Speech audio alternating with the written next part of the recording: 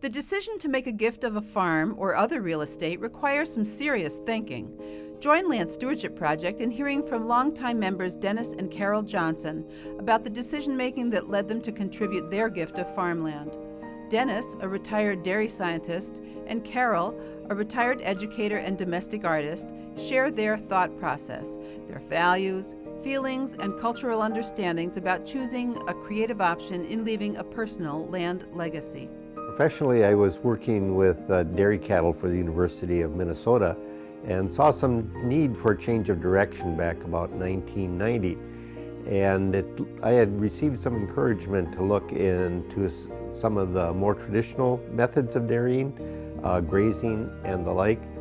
So I attended a meeting, a grazing meeting of a group of farmers that were doing that at Granite Falls, and it was a very inspiring event.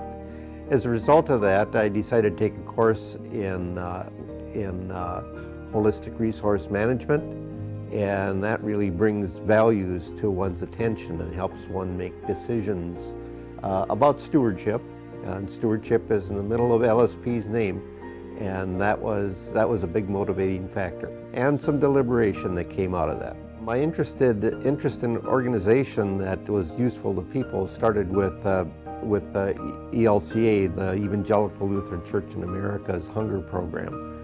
So that kind of got me started in the area, including the international dimension, and the work with the sustainable agriculture professionally, as well as these other influences, really just kind of brings one along. You can't resist it after a while. It just pulls you rather than takes a push. You know, as Dennis said, he went to this meeting and learned about goals, and we did start to set goals, yearly goals, and I must say that I was reluctant to do that in the beginning, but it made it possible for us to look at what we had to share, you know, what we wanted for the future for our family, and maybe how to achieve all that together.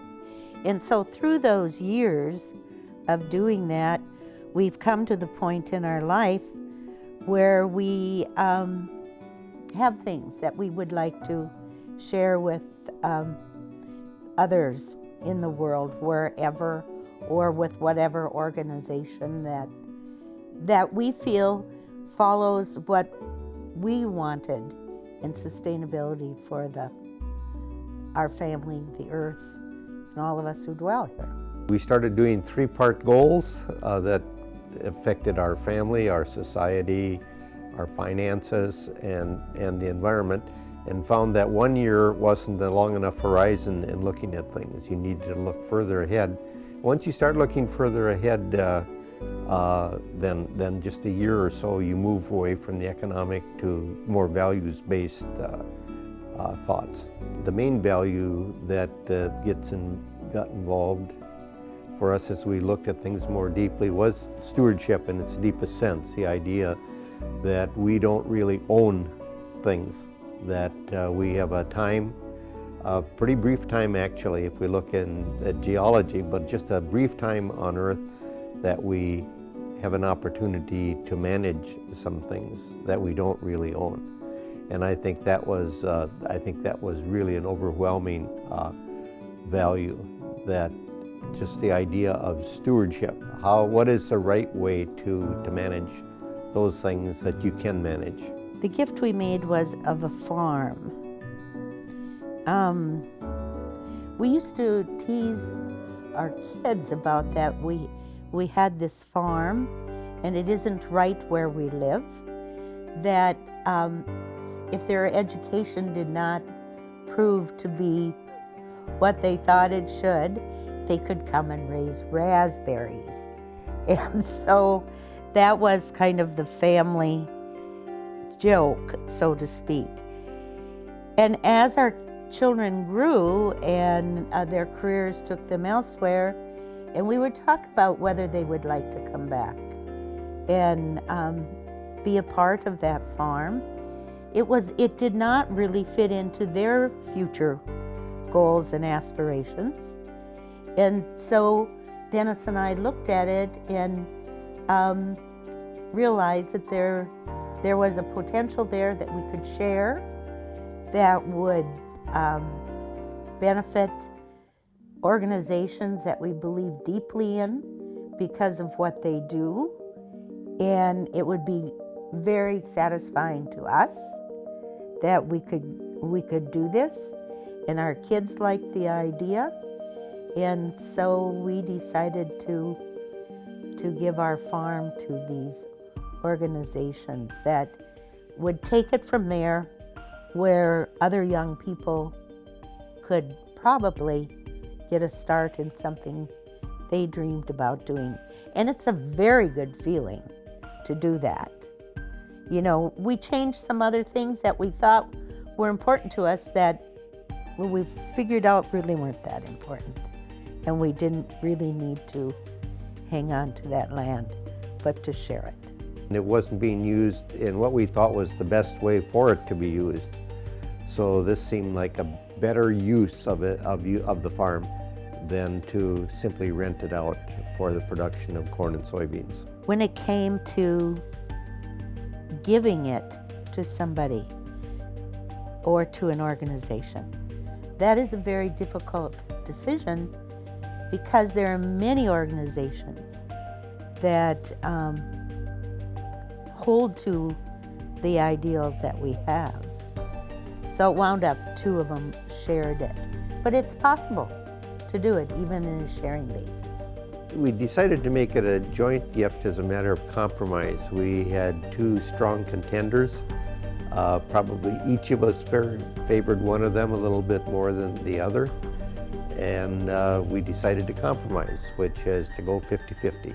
Beginning farmers have many challenges, especially if they are going to strike out on their own, if they aren't from a family that already has a land base and a knowledge base and kind of a clear idea of where they want to go. And many new farmers who haven't come from a traditional background, and even some who do come from a traditional background, who don't have that kind of a base of support, really have got a tough battle to find financing, to locate a property that meets their needs or their wishes, which isn't the same always as a conventional farm. New farmers oftentimes are much more interested in a diversified sort of operation than the corn and soybeans that seem to have taken over most of the use of our land. So that's a challenge. Many of them have a challenge for knowledge and skills and experience. They lack mentors.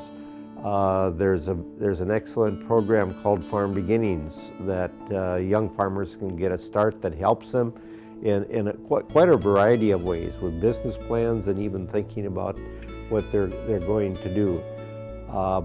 And then economics, of course, is just plain having enough money to cover all the needs of the family. Fortunately, there's an improvement in the insurance situation, but there was a time when many beginning farmers were essentially uninsured. So there are many challenges, but the skills, the mentorship, the economic, and the availability of land, I think, are the biggest challenge for new farmers. That's not the only thing that people can give. You know, it's just, that was what we had to share. But I think people need to remember it doesn't have to be a farm. You know, it can be, there are numbers of things that you can share in a stewardship sort of way. Looking back on influences, another influence was a play that was developed, and that's Guess Who's Knocking? I think that was the name of the play, and it was about a farmers that were in retirement age, and they had to think about what they were going to do with their farm. And it had several very good questions that it posed, and that prompted our thinking as well.